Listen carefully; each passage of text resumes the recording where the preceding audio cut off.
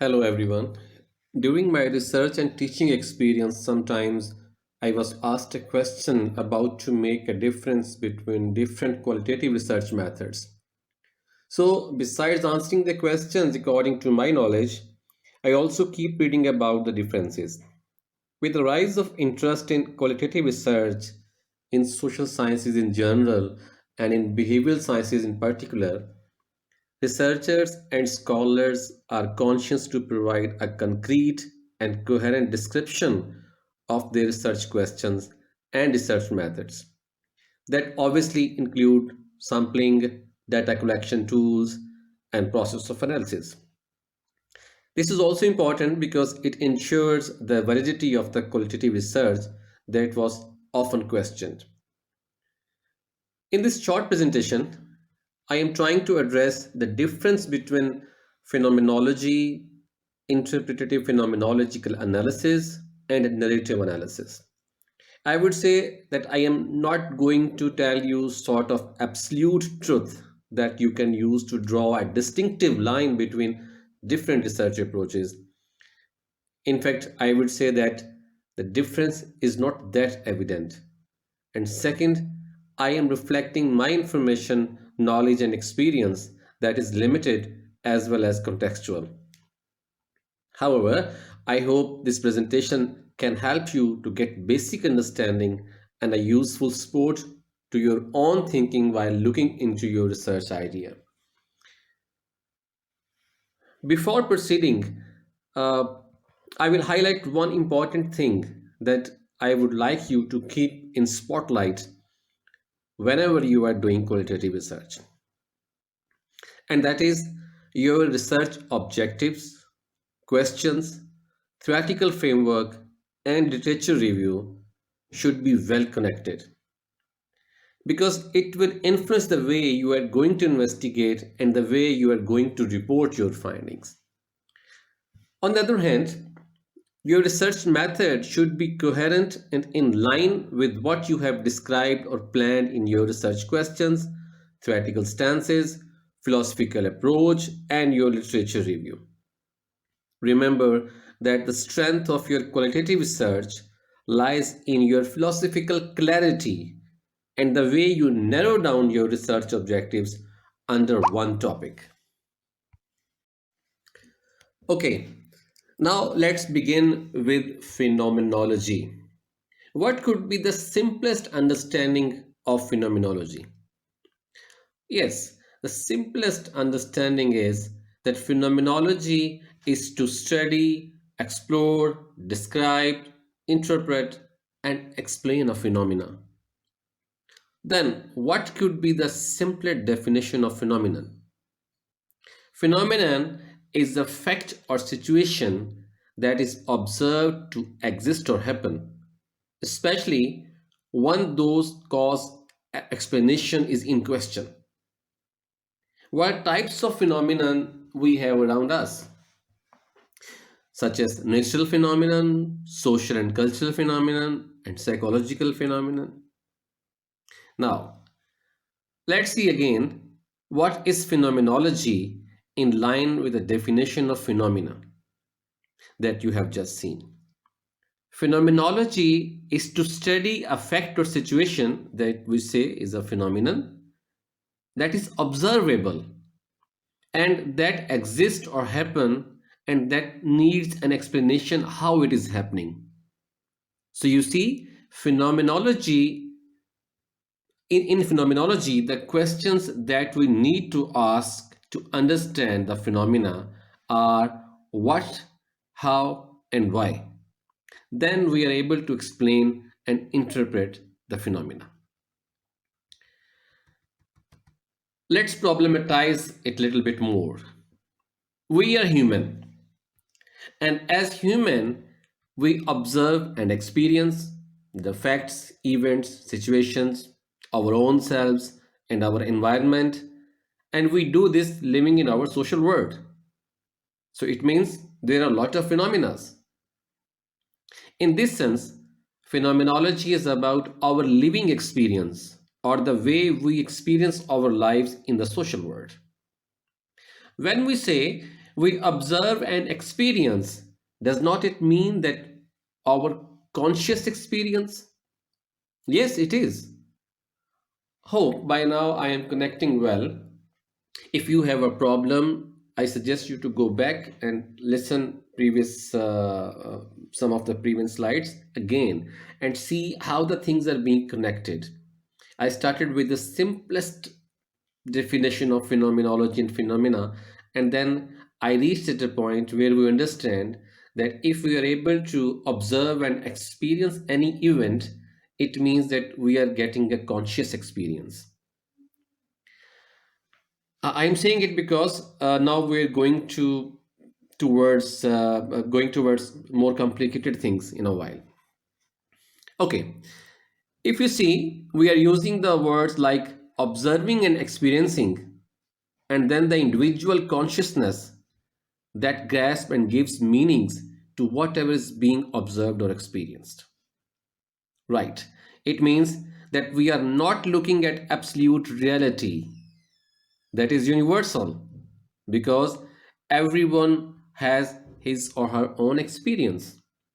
So we are not looking at an absolute reality that is universal and has its meaning almost universal for everyone. No.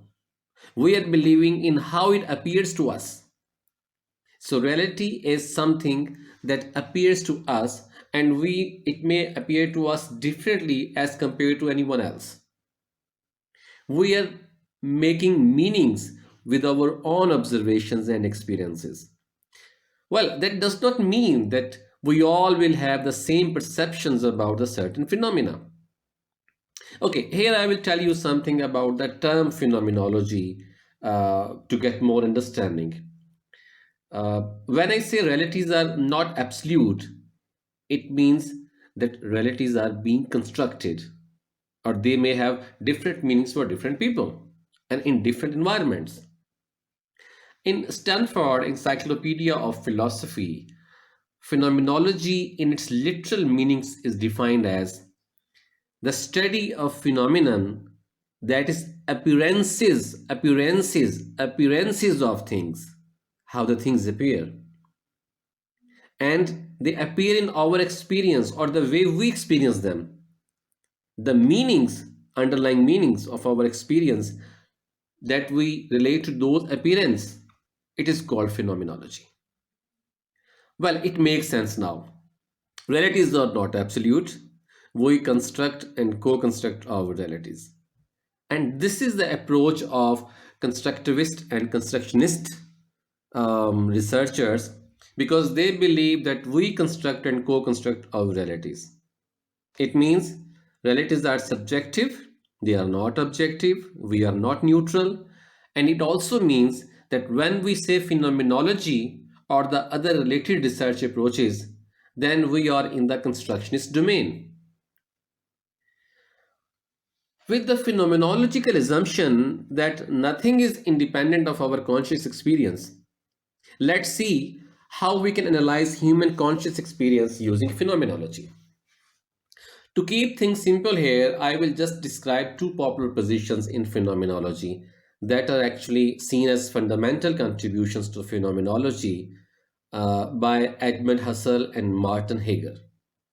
First, Husserl emphasized that essential features of what we experience and the essence of our experience can be understood and explained without placing natural word in a direct consideration of any relationship with it. This is known as transcendental or constitutive phenomenology. So according to Husserl, we can set aside the natural word and we can focus and emphasize on the individual experience to reach the essence of that experience. But Hegel, uh, he actually opposed the Husserl's position. And he says, we cannot understand experience while detaching ourselves from the natural environment or setting aside the world around us. He emphasized that a person's inner experience can be best understood with its existence and its relationship in the social world he or she is living. So to say, being in the social world is more important. This phenomenology is known as extensional phenomenology, as it combines phenomenological and existential understanding of human experience, including values, purpose, ideals, intentions, emotions, and of course, relationships. Okay, let me put a question here. Do we shape our experience or our experience shape us? I'm not sure how much I can talk about it in this short presentation. I will try to explain it in another presentation. Here I am leaving this question and I am trying to come back towards the lived experience in phenomenology. What is a lived experience? Have you ever thought of the difference between I am experienced and I experienced? So there are two things. I am experienced and then I experienced. So I'm leaving it to you. Think about it. What is the difference between these two? Well, for now, lived experience means what I experience. The Sage Encyclopedia of Qualitative Research Methods describe lived experience as a representation and understanding of human experience, choices, and options, and how those factors influence one's perception of knowledge. According to Sage Encyclopedia, lived experience is also about how the experiences are shaped by the subjective factors of human identity, and it includes race, class, gender, sexuality, religion, political association, and other roles and characteristics that determine how people live their daily lives. Let me elaborate it a little bit. Lived experience is essence of textual and structural description of experience. When we say textual description, it means what I experience. And when I say structural description, it means how I experience, and it includes the conditions, the situations, and the context where I am experiencing this. So, what do you see or expect to see in a lived experience? A structure of consciousness involved in the experience. So, this is what I think you will see when you say the lived experience. You are going to study, investigate a lived experience. So, you expect that you are going to have a structure of consciousness involved in the experience. And it includes the way perceptions are being shaped by the experience based on the essence, and I will also say the word nexus. So the perceptions are shaped by the experience, but they are based on the essence and the nexus of textual and structural descriptions of the experience. So I see an interconnection between these two. Well, by now, I hope you have got what I mean by phenomenology and phenomenon. Now let's talk about IPA, Interpretative Phenomenological Analysis, and Narrative Analysis. Both are the types of analysis of phenomenology, and both are constructivist in their procedural application. IPA is usually used by the social psychologists, and narrative analysis is a popular analytical approach among researchers who are interested in analyzing the content of a narrative accounts and stories as told by the participants. Hence, in narrative analysis, stories are linked in a narrative flow of past, present, and future. And they see the transition and changes as told by the storyteller. So, content is important. To me, the researchers doing narrative analysis usually do not go beyond the content of the story and the plot of the story, and they try to find meanings within the content. But the researchers doing IPA, besides understanding the data and its meanings, they have to reach the meanings of the meanings and opening the multiple layers of the context of the participant. It is the researcher's analytical need to go in depth to see process of meaning making in relation with the experience. Moreover, in my opinion, the researcher doing IPA must contextualize their interpretation, and they cannot do it until they are not able to provide a thick and rich description of the experience. And I have already told you that experience lies in the context. That is why there is a flexibility for the researchers doing IPA. They can use multiple data collection tools to tend the untold data.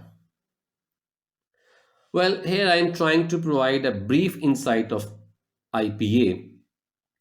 It will be helpful to understand why IPA is considered as more rigor analytical approach as compared to narrative analysis.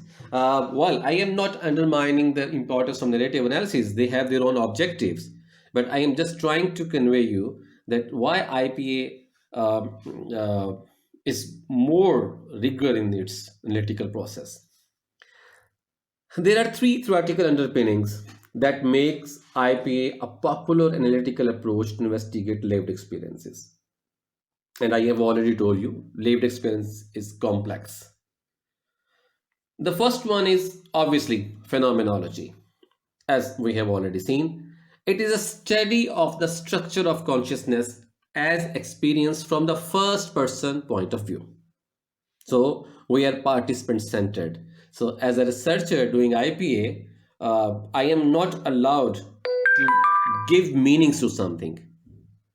I have to follow the meanings given by the participant, but I need to go in depth. The second theoretical foundation of IPA is hermeneutic approach. Hermeneutic is the theory of interpretation, and it was mostly used in the interpretation of the religious texts. Hermeneutic is to make sense of the data through interpretation. Then we must know that we interpret according to our philosophical approach, our research objectives, and of course our study area. Well, the best example I can quote here about hermeneutic approach is the interpretation of the religious text. Let's see the interpretation of Quran, that we say tafsir. In Library of Punjab University, you will find more than 20 different interpretations of Quran. And all these interpretations are considered as authentic source of knowledge to understand Quran. Although these interpretations differs according to the philosophical approach of the researcher who interpreted the text. For example, one of the interpretation is more grounded into the historical context. So you will find the historical explanation or interpretation of the Quranic verses. And another interpretation is interpreting Quranic text with the Quranic text. And then another interpretation is more about giving a scientific interpretation of Quran. And yet another interpretation is about connecting Quranic text with a modern world. So you see, interpretations are subjective, and so is the qualitative research. In qualitative research, we should believe that human beings can't be neutral, and we have to base on the interpretations. Here, the researcher doing IPA must know important techniques to suspend his or her presumptions and biases. Because the experience must be interpreted as it is experienced by the participants, and meaning making should not be manipulated by the researcher's biases. But I have said that human beings can't be neutral, but human beings can use the techniques to suspend their presumptions. They cannot eliminate their presumptions, but they can suspend it for a while. Or they can use it as a resource to interpret things. Well, it has, there are a lot of techniques. I cannot go in detail in this presentation. However, I am not sure that this strict criterion for the researcher to suspend his or her biases um, is applicable in doing a narrative analysis, because in narrative analysis, researcher him or herself is involved in meaning making while the story goes on. Okay, now the third one. Third foundation of IPA is it is idiographic in nature. And idiographic means the individual's experience. And a detailed analysis is done for each individual case. Hence, individual experience itself is a complete data set. So we cannot ignore, even if someone's experience is quite different as compared to the other participant in the study, we cannot ignore it. Well, finally, a researcher doing IPA must know that human social world is sensitive, complex, interlinked, holistic, and the only authentic context where you can situate the individual experience. The economic, political, social, and cultural context are interlinked, and a conscious experience, if we say, is not independent of its context. Our conscious experience must have shaped by these interlinked contexts. More, to make sense of human experience, we need to study the minutest details of individual's interaction with the people in the social world where he or she lives. Well, coming towards narrative analysis, even if the phenomenology is followed, the interpretation and meaning making is controlled by the story as told by the participant and as listened by the researcher. It means that interaction between the storyteller and the listener is an important source of meaning making in narrative analysis. However, uh, it is what the primary objective of the narrative analysis. The researcher in narrative analysis reformulates the stories in connection with the transcribed script of the stories and the plot of the story. You can say for a researcher doing narrative analysis, text is valuable data. But on the other hand, for a researcher doing ethnographic analysis or phenomenological analysis, all is data. That includes what is told and what is not told. His analytical skills lie in his or her potential to see the unseen, to hear the unheard, and then gradually peeling off the data layers to find the underlying phenomena. This is challenging. This is challenging. As a researcher is in a multi-layered complex context, and he or she must contextualize the people experience and perceptions while searching for what, how, and why of the understudy phenomena.